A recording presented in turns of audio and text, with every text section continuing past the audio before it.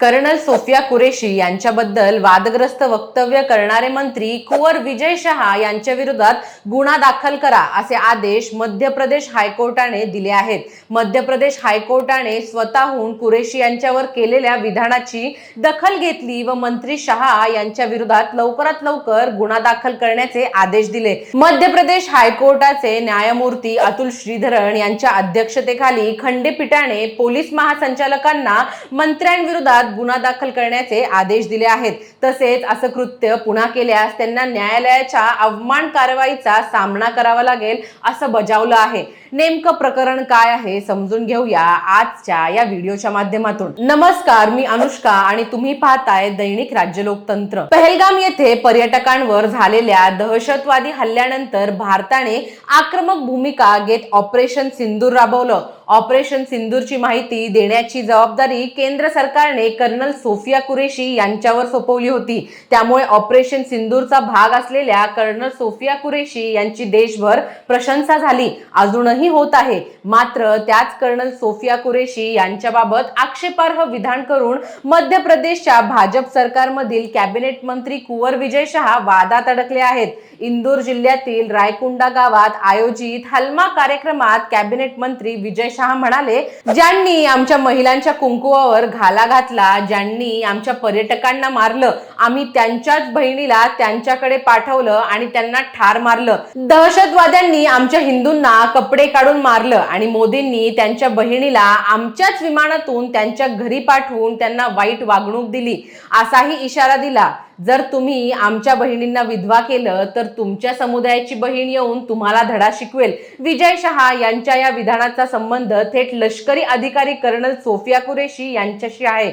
शहा यांच्या याच वक्तव्याची दखल घेत उच्च न्यायालयाने त्यांच्यावर गुन्हा दाखल करण्याचे आदेश दिले। याशिवाय थोडीशी संवेदनशीलता दाखवा असं सर्वोच्च न्यायालयाने यावर म्हटलं आहे।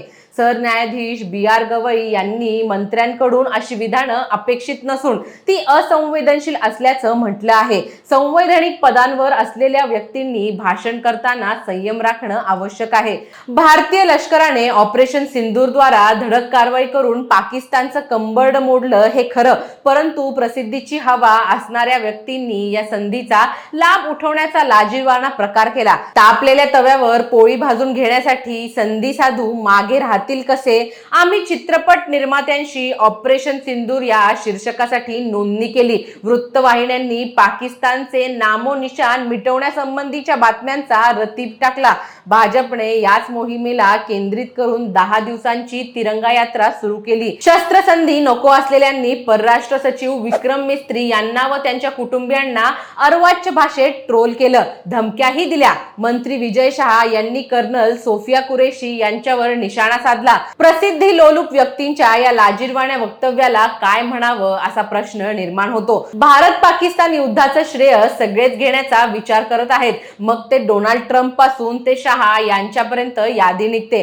पण मुळात आपण युद्ध जिंकलो आहे का याचा विचार त्यांनी केला पाहिजे। सीज फायर झालं म्हणजे नक्की काय झालं ह्याचा अर्थ ते विसरले आहेत का? भारत सरकारच्या मते दोन्ही देशांच्या DGMO यांनी संपर्क साधून शस्त्रसंधींची चर्चा केली आणि त्यानंतर दोन्ही देशांच्या आर्मीकडून शांतता करण्यात आली। त्यानंतर ही पाकिस्तानकडून काही वेळासाठी फायरिंग करण्यात आली, पण शेवटी दोन्ही देश शांत झाले। दुसरीकडे अमेरिकेचे राष्ट्राध्यक्ष डोनाल्ड ट्रम्प यांनी दोन्ही देशांच्या आधीच आपण हे युद्ध थांबवलं असल्याचं सांगितलं। यात तथ्य किती आहे हे कुणास ठाऊक।